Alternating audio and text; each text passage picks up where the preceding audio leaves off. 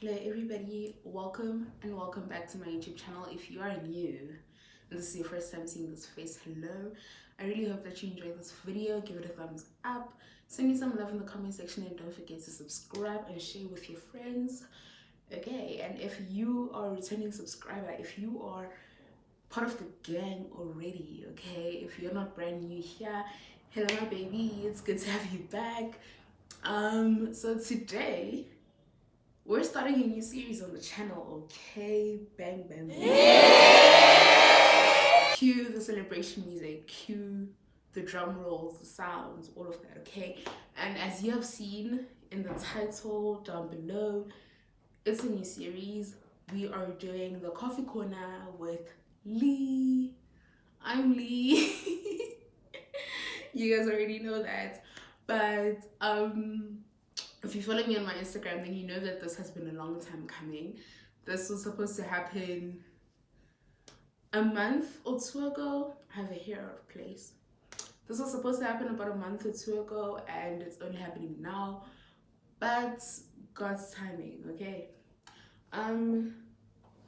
Today I'm going to be So today we're going to be talking about 10 lessons that I've learned in 20 years. I am 20 years old. I'm almost 21, and I had planned this video a while ago, but again, God's timing. This was supposed to be 20 things that I've learned in 20 years, but you guys will let me know if you want a part 2.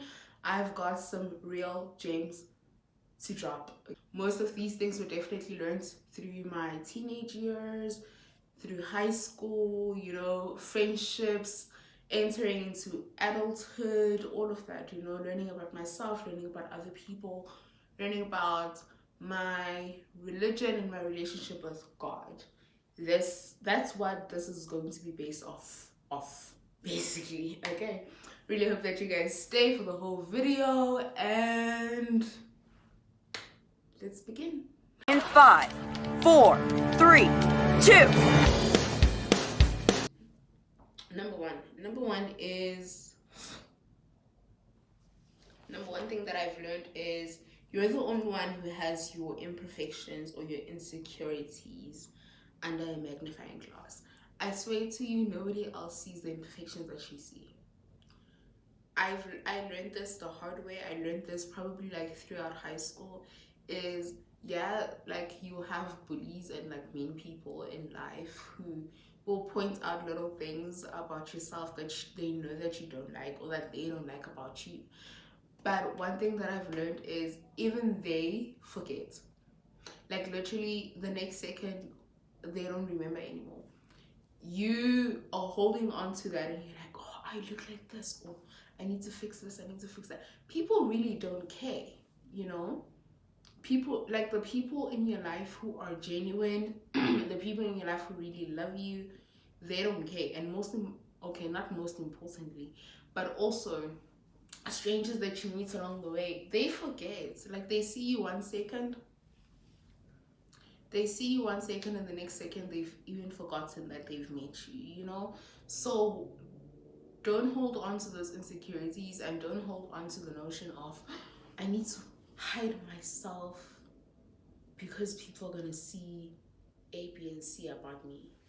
Like people really don't care that much. You're the only one that sees it. And if you really care that deeply, like if you genuinely care that much about your insecurities and about your looks and your imperfections, then fix it for yourself. Fix it so that it's not a problem in your life anymore. Fix it so that it doesn't clash with your life anymore, you know? Number 2 is friendships and relationships are seasonal, okay? And I know that you've probably heard this a million times before, especially in the past 3 years. Friendships and relationships are seasonal. Some people are meant to be in your life forever. Some people are meant to be in your life for a certain season, for a few years, maybe a few months. They're meant to be there to help you with something, or you to help them with something. They're there to usher you through a certain season of your life, okay?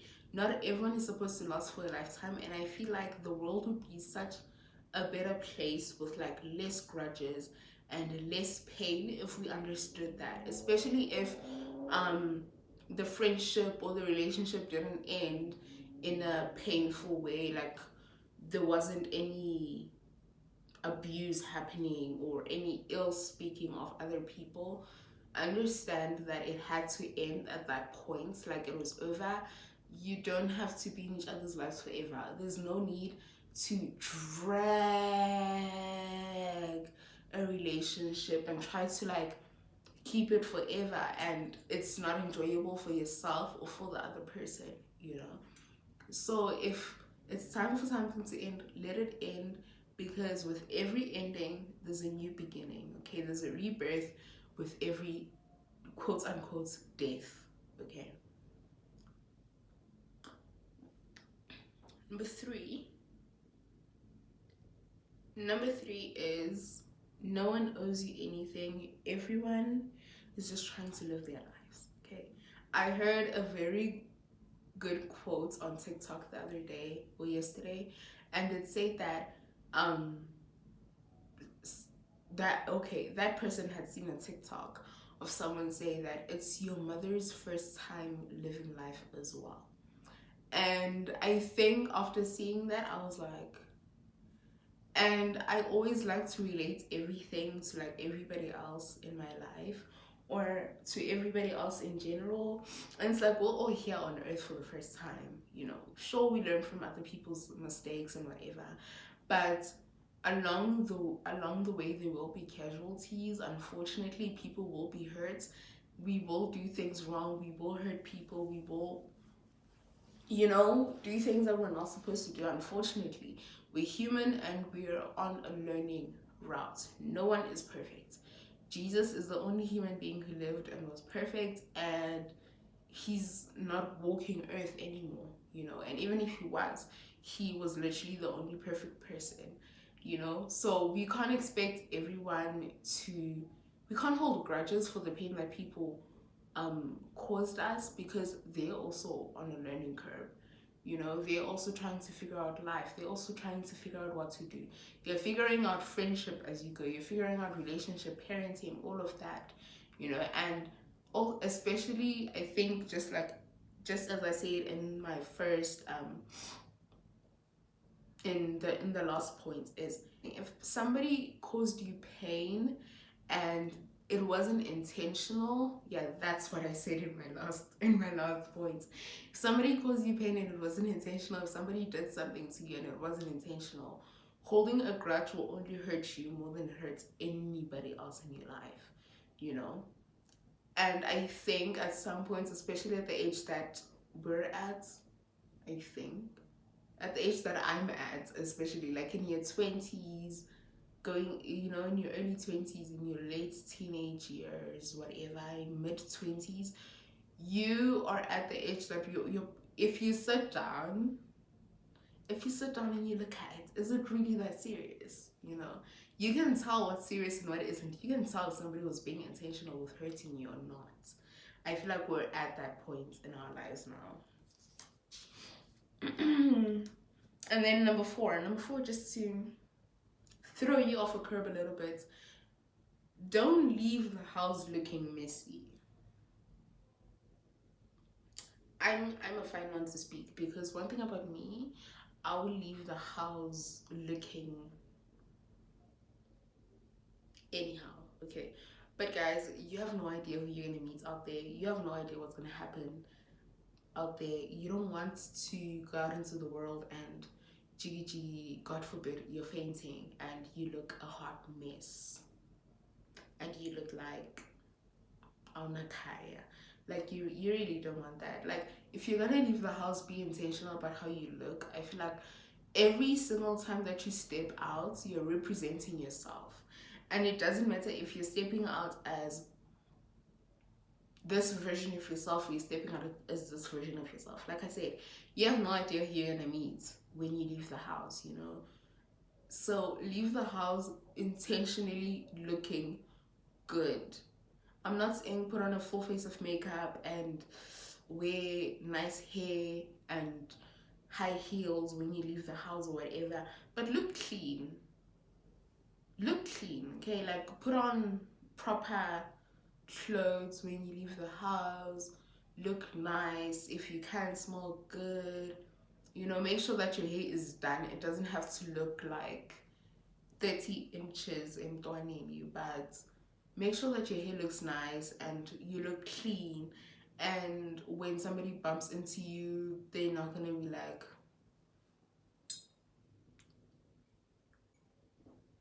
okay. That's one thing that I've learned, because especially life after high school will shock you. Life after high school will shock you. I'm from a small town, okay? There's one mall and like maybe three other shopping centers.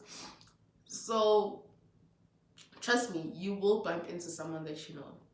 And it's so embarrassing bumping into someone that you know in your no one will see me outfit. They will see you. They will see you. Like it's so embarrassing. It's like I look like I don't care about myself. And I do care about myself. So that's really like one of the things that I told myself in 2023. And we're about to go into the end. We're in like the end of 2023. We're approaching quarter 4.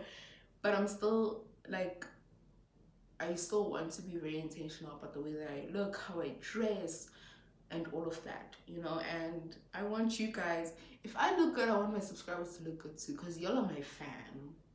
You're my gang, you know. Like, we need to look good all together. Please, guys. Don't be out here embarrassing the crew. Don't do that. Number 5, get rid of the victim mentality. Now I know, and this is something that, like, one thing about TikTok, I can't tell you how many nights I've gone down the rabbit hole of like being a detective on TikTok, because I'm researching all these things and I'm finding all these new shows about Law and Order and whatever, you know. And victim syndrome or victim mentality is a real thing, and a lot of us have it. And like I said, people will hurt us along the way. Holding on to I'm a victim, I'm a victim, I'm a victim is you're really just hurting yourself, you know. So that really does tie into like number 3 is don't see yourself as a victim. Hey, if anything, see yourself as a conqueror. Child of God, you are more than a conqueror. Anything that you've been through, you are a conqueror. And we're giving people so much power over us and over our lives by making ourselves their victims. Like, I know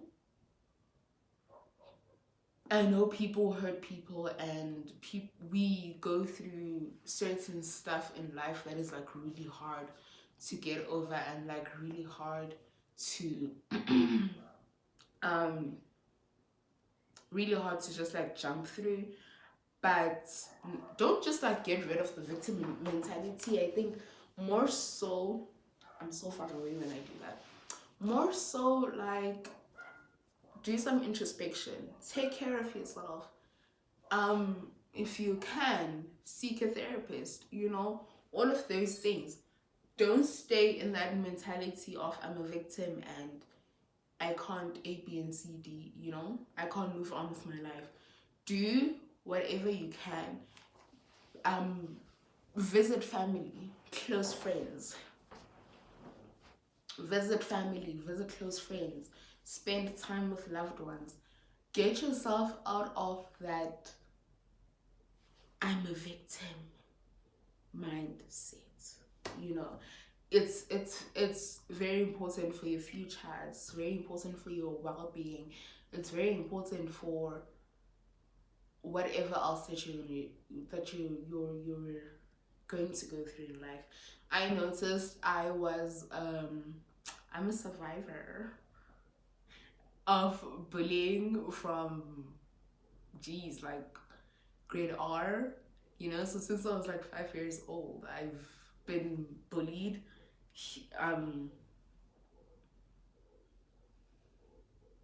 bullied by like different people in different scenarios, you know, different schools also. And I remember I used to have this guard up, you know, when I went into high school, especially, you know. So I used to I was always here. I think that, I mean, I've always been very talkative, but like I was always here where I was very quick to snap. I was very quick to um talk back. Like if you say something to me, I'm gonna say something back, okay? Because I don't want to be a victim anymore, and that's the mentality that I was in. Like I don't want to be bullied anymore, and I would still go home hurt. I would still be boo-hoo hurt, boo-hoo crying like nobody's business. But then I noticed as I got older, pretty late into high school actually, I was like this is not helping anyone, you know. Like if I'm gonna be in this sucker mood of I can't take a joke anymore, I can't basically can't move on with my life anymore. I think also I blocked many opportunities of being in friendships because of that, and many opportunities of like growing my relationships with people because of that I'm a victim mindset that I had. So if you can, whenever you can, get out of that mind space for yourself. That was number 5.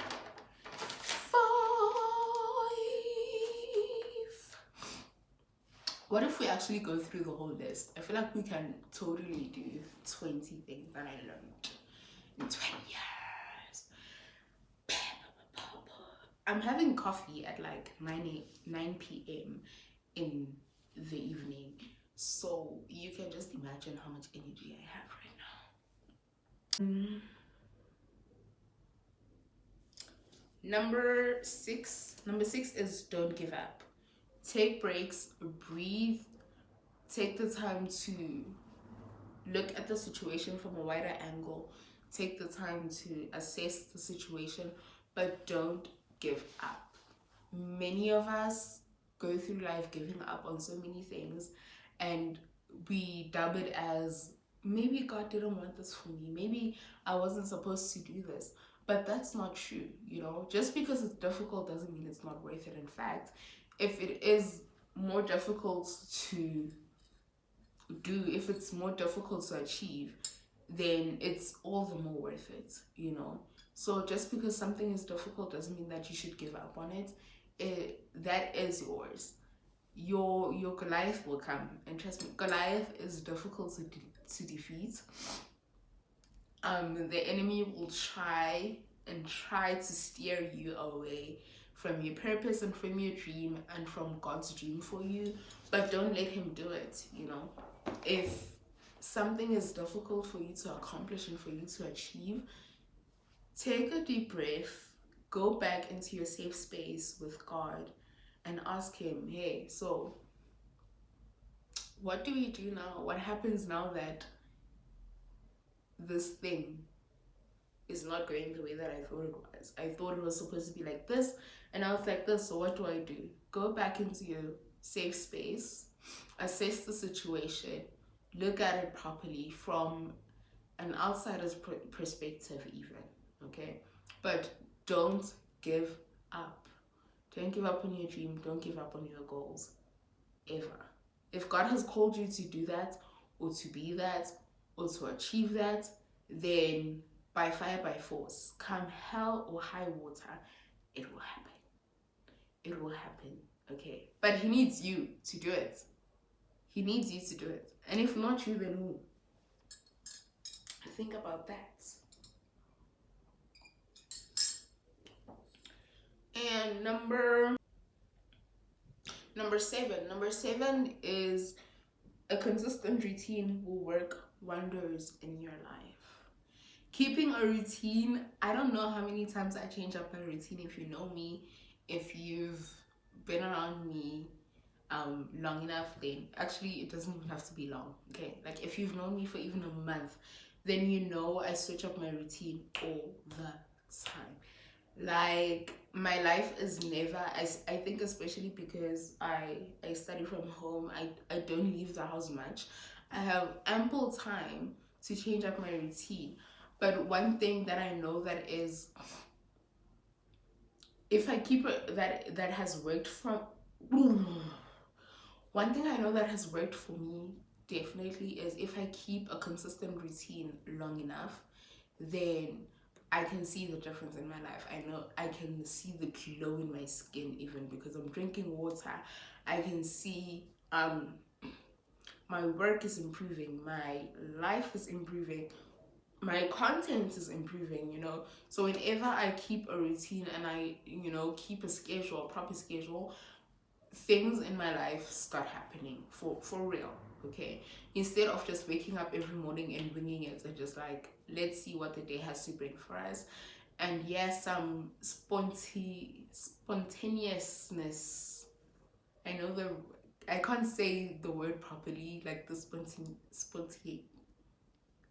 so spontaneousness is good every once in a while in your life, just to like wake up and be like, since I need today, not every day is gonna look identical, not every day is gonna look the way that you want it to look all the time. But as much as you can keep a consistent routine, trust me, you will see it in your life. And vice versa. If my routine is not consistent, or I'm not, you know, working according to a schedule, then I can see it as well. Like Nyaphazamisega, I'm not on top of my game. I'm not on top of my work. I'm not on top of my taking care of myself. Like self-care is also very important. And if I don't participate in taking care of myself, then I can see the difference. I'm not eating right. I'm not doing this. I'm not producing as well as I could be in terms of everything across all boards of my life. So like, yeah, keep a consistent routine as much as you can. You're gonna thank me and you're gonna thank yourself. Okay, pretty sure this is number 8. Healthy looks different and feels different for everyone.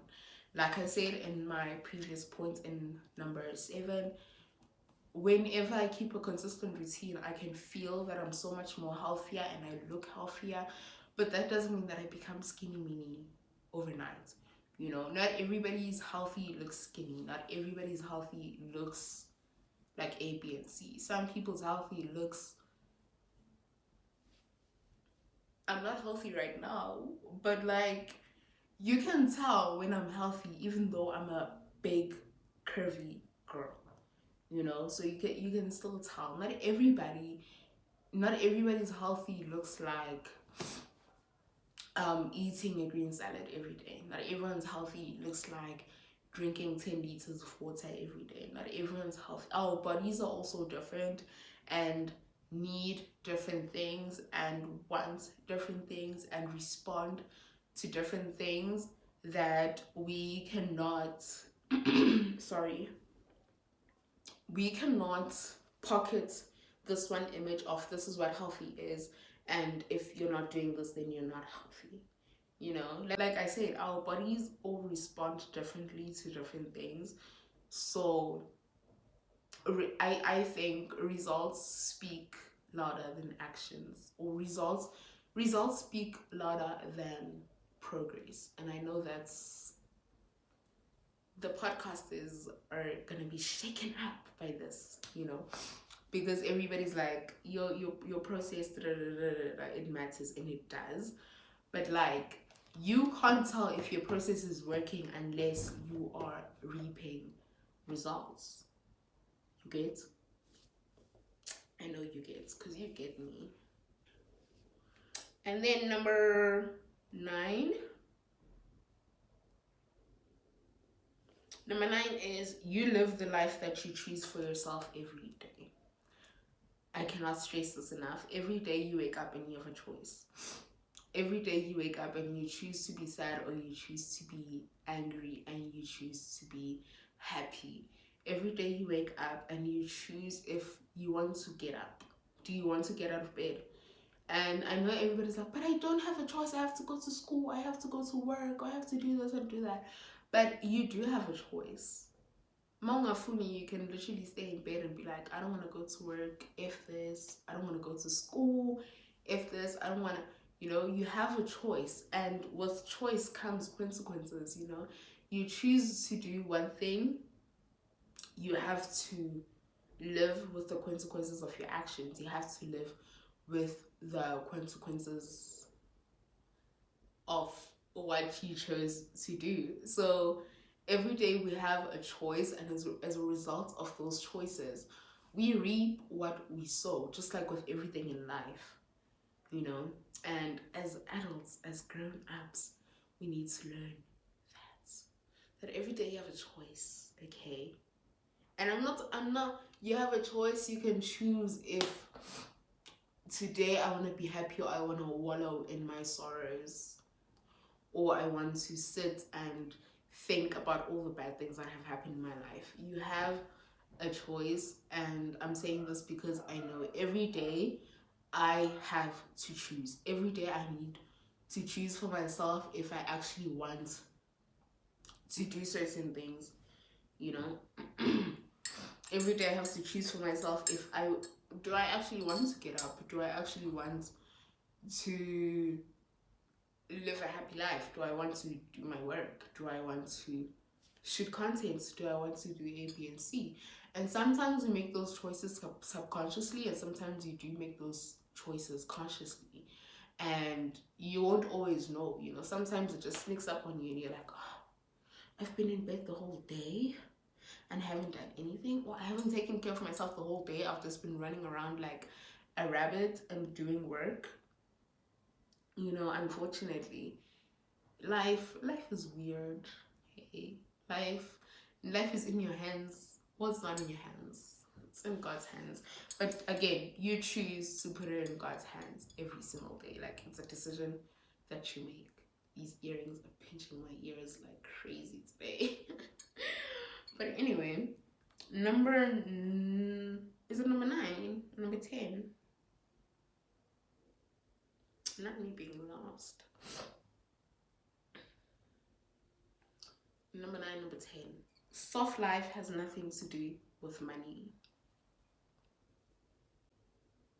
Like, the soft life has nothing to do with money. And I know everybody thinks soft life is like being on a yacht every weekend, sipping on champagne, shopping in Chanel and Hermes and Gucci, and just like living this lavish life.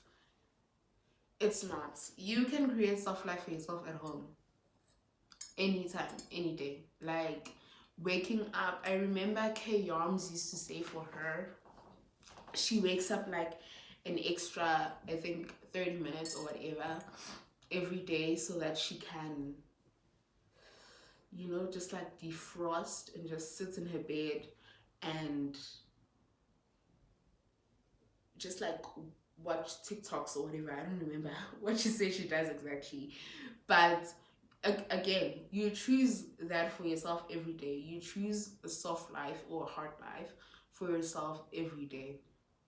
You choose, like, am I gonna sacrifice like 30 minutes of sleep just so that I can sit in my bed and watch TikToks and scroll through social media or do whatever? Am I going to sacrifice 30 minutes of my life so that I can take a longer shower, or so I can sit and do my journaling and I can sit and do my journaling and read my Bible or have my coffee or my tea or whatever it is? Or am I going to sleep a little bit earlier so that, you choose these things for yourself, and these are the contributing factors to you having your ultimate soft life. Soft life is just like basically living life at a slower, steady pace, not rushing everything and having everything be hard and difficult to do and have everything take hours and out. Like, not dragging your life and dreading it. Like soft life is really just like living life at a pace that you like, at a pace that at a pace that you like, at a pace that you enjoy, you know, not having life come at you knocking hard every single day. At least that's what soft life means to me. Like soft, that is what, when I think about soft life, that's what I think about. Everybody, okay, not everyone, but like we all want the Chanel and the Birkin and the yacht, you know, and that life. But while you don't have that life, or while you're sitting and waiting for the life, I hope you're not just sitting and waiting for that life, because it's not gonna fall in your lap. But while we wait for that life, make the life that you currently have soft for yourself. And then number whatever, I think we're on number 11, I'm not sure, is ndimhle. Like I'm beautiful. Like ndimhle. Look at me. Wait, we're gonna pause for a second for a thumbnail, but also so that you guys can see that ndimhle. Okay, you know when they say that beauty is in the eye of the beholder, they were not lying, guys. Whoever said that was a genius, top of the crop. Okay, beauty is in the eye of the beauty is in the eye of the beholder. Because if you don't think that you're beautiful, nobody else is going to think that you're beautiful. Because if you don't think that you're beautiful, you're not going to treat yourself beautiful. And everybody else is just going to follow whatever way that you're treating yourself, you know? So really what I've learned is to look at myself and be like, yo girl, like, like I'm looking at myself in the mirror right now and I'm like, I wish I had somewhere to go, because wow. And even without makeup, like I watch my videos all the time, like, and I look at my pictures and I'm like, wow, you're gorgeous. Like mom and dad really snapped over here, okay? Like I don't wanna lie. I mean, I'm obviously like not being arrogant. It took a long way to get here. I even say it sometimes, like I say it to my mom all the time. I'm like, I'm so, like, I didn't grow up pretty. Like I grew up looking, if you know, you know. But growing up, I had to realize that I'm beautiful, and beauty truly is in the eye of the beholder. And if I don't think that I'm beautiful, nobody else is gonna see that I'm beautiful. So I need to firstly think that I'm beautiful. No, because I'm beautiful because I was made. That's a lot of becauses. I'm beautiful because I was made in the image of God, and my God that I serve is the most amazing, most beautiful, most fantastic, gorgeous, stunning, stunning, stunning, anything that has ever existed. Okay, like nothing tops my heavenly Father. So why wouldn't I be beautiful? You know, and my relationship with God has really strengthened that, idea, or that knowledge of me being beautiful, because I was made in his image. So of course,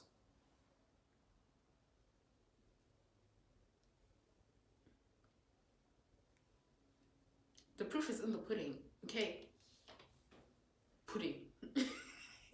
In the pudding. From now on, call me pudding. Jokes. Number 12, I believe. That's if I'm keeping count, because again, I'm reading these very randomly, or I'm doing these very randomly, not at all the way that I had planned.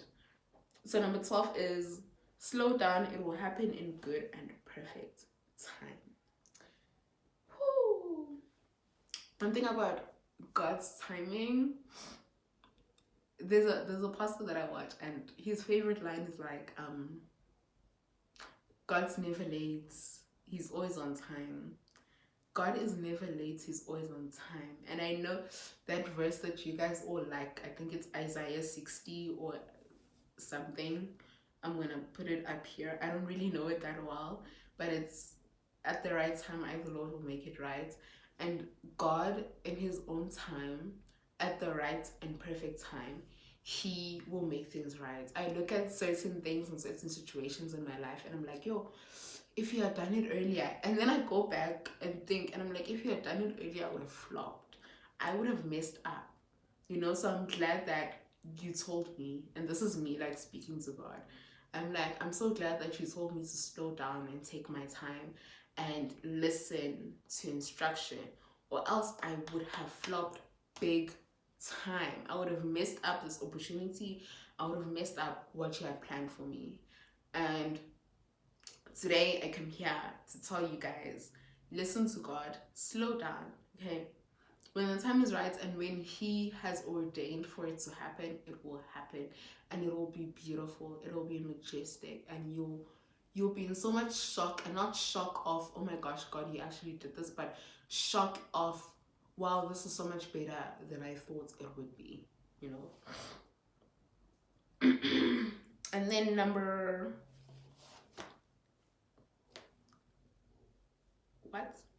13. Number 13 is your life will never even come close to the next person's life. Your life is never going to look like the next person's life. I get a lot of my encouragement from, or a lot of my encouragement or my knowledge from the Bible, but also from like people that I watch and people that I look up to. Many months ago, I was watching Pamela Mtanga, and she talked about how people compare her, about how people compare her to Bonang, and she was like, I'm not Bonang, I'll never be Bonang. And that really got me thinking, like, we all obviously like have people that we look up to and people that we aspire to be like, but I think don't ever take that too much into your head, because you'll never be like that person. I'm not saying that person is better than you or that they will always like be better than you, but we're all uniquely made and uniquely designed, and our lives are all uniquely designed by God. He doesn't want you to look like the other person. He doesn't want your life to mirror another person's life. He wants your life to be unique to you, you know, and to be better. I kid you not, everyone who is coming up, whether it's musicians or artists or pastors or influencers and content creators or whatever, any and everything, they are doing so much better than the people behind them, the lawyers, the engineers, the politicians, all of that. Like, they're doing so much better than the people that came before them. And that's exactly how God had intended it to be, is for the latter glory to be bigger than the former glory, you know. So for life to get better and better and better and better and better and better. So if you're looking at someone, you're like, wow, they're doing so well for themselves and they're so amazing, they're so great, and I want to be like that. Aim to be that and more, because that's what God wants for you, you know. Your life is never gonna come close to looking like the person that you aspired, not the person that you aspire. Your life is never gonna come close to look like the person that inspires you's life, because it's not supposed to look like that. It's supposed to look different. It's supposed to look unique to you. And then number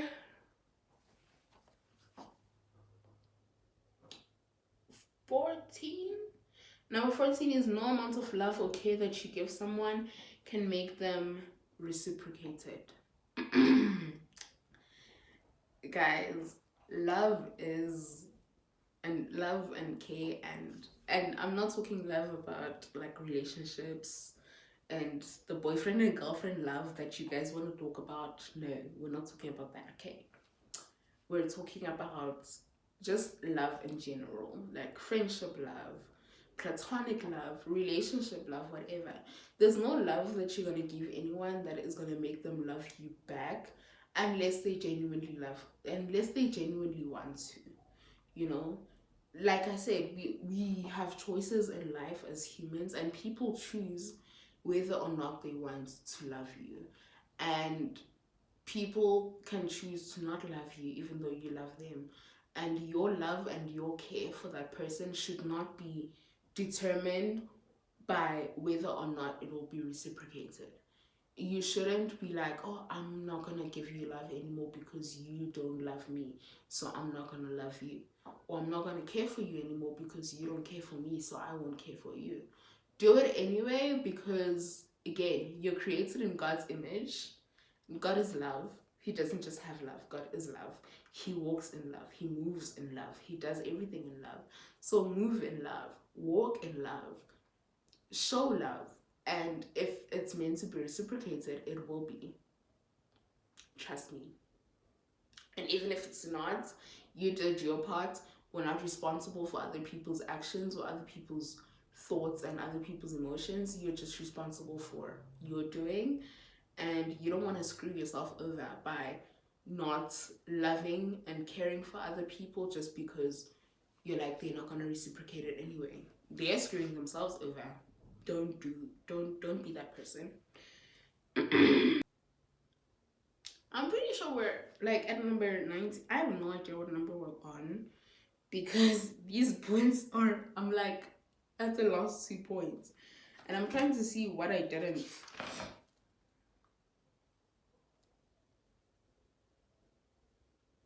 Oh yeah, I'm at number 18 now. I'm at number 18. Number 18 is you can try and do it. You can try and do it without God, but it's much easier to do it with Him. I'll drop again, guys. I'm a Bible girl, okay? Like I'll drop Bible verses every chance that I get. I'll drop a verse right here. It's the story of Abraham. The story of Abraham and Sarah, right? And the promise. And I know most of us know that story. But what I want to highlight from that story is God gave them a promise and they thought he's taking too long. They were impatient and they took things into their own hands. They They took things into their own hands. So they basically did it on their own. They did God's job for him, you know. And you can correct me, because I'm just a girl. I'm just a girl. But in doing that, they committed so many crimes against themselves and against God. Adultery was committed. Hate was committed. So many like cycles were created, cycles that generations and generations of human beings are still going through till this day. Had they done things God's way in the beginning and waited for him to be like, okay, here's what's happening, here's what we're doing,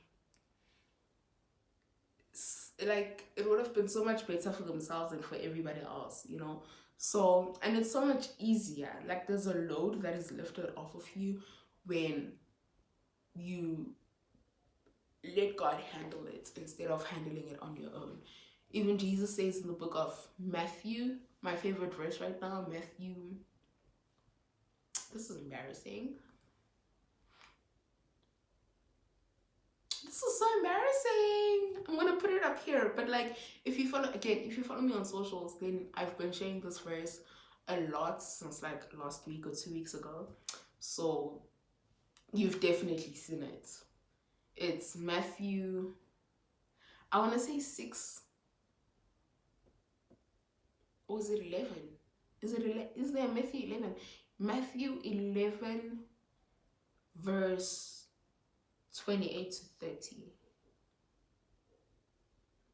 I hope I'm correct, you know.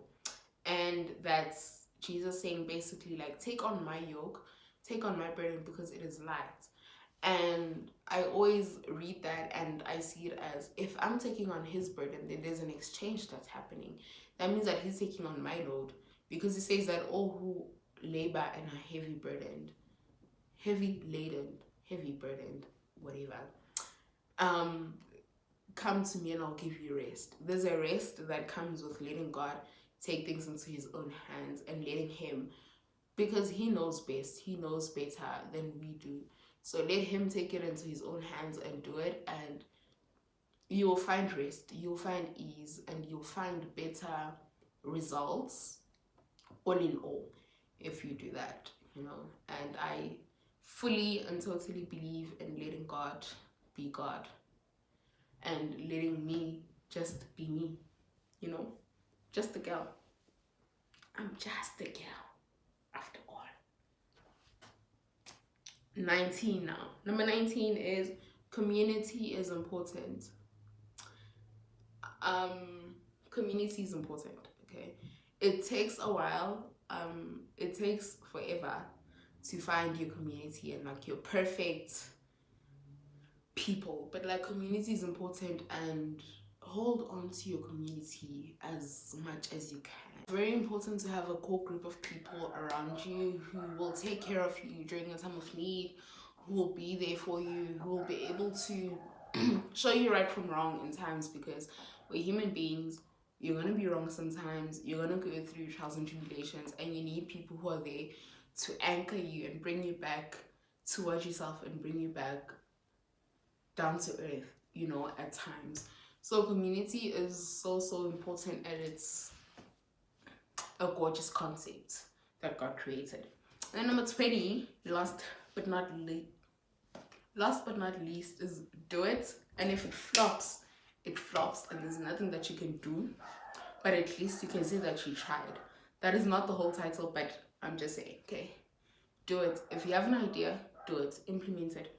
If you have something that you want to say, that you want to do, you have this idea or whatever, do it. If it flops, it flops, okay? And things in life flop, but you will never know if you don't give it a chance, and if you don't try, then you'll never know if it's going to work out or not. Imagine if Steve Jobs or Mark Zuckerberg or Jeff Bezos didn't try. Maybe Amazon ayikho. I mean, we don't have Amazon in South Africa, I don't think. But like, maybe Amazon ayikho, maybe iPhone ayikho, I wouldn't be able to see you guys right here. Imagine if like the creator of Sony didn't try, or the creator of whatever didn't try. All of these things wouldn't have existed if Nelson Mandela and all them people that I don't remember, how embarrassing, did not try to fight for freedom of Black people and all people in South Africa. Life would be very ghetto right now. So like, try, because you don't know what will come out of you trying. And that's the word that I'm leaving you guys with today. Thank you guys so much for watching. Don't forget to subscribe if you're not subscribed. Please give us a thumbs up. Give me a thumbs up. And leave me some love in the comment section. I love you so much. And I'm so glad to have you here. I can't wait for more and more episodes of The Coffee Corner with Lee. I'm Lee, and I love you. And remember, most of all, Jesus loves you.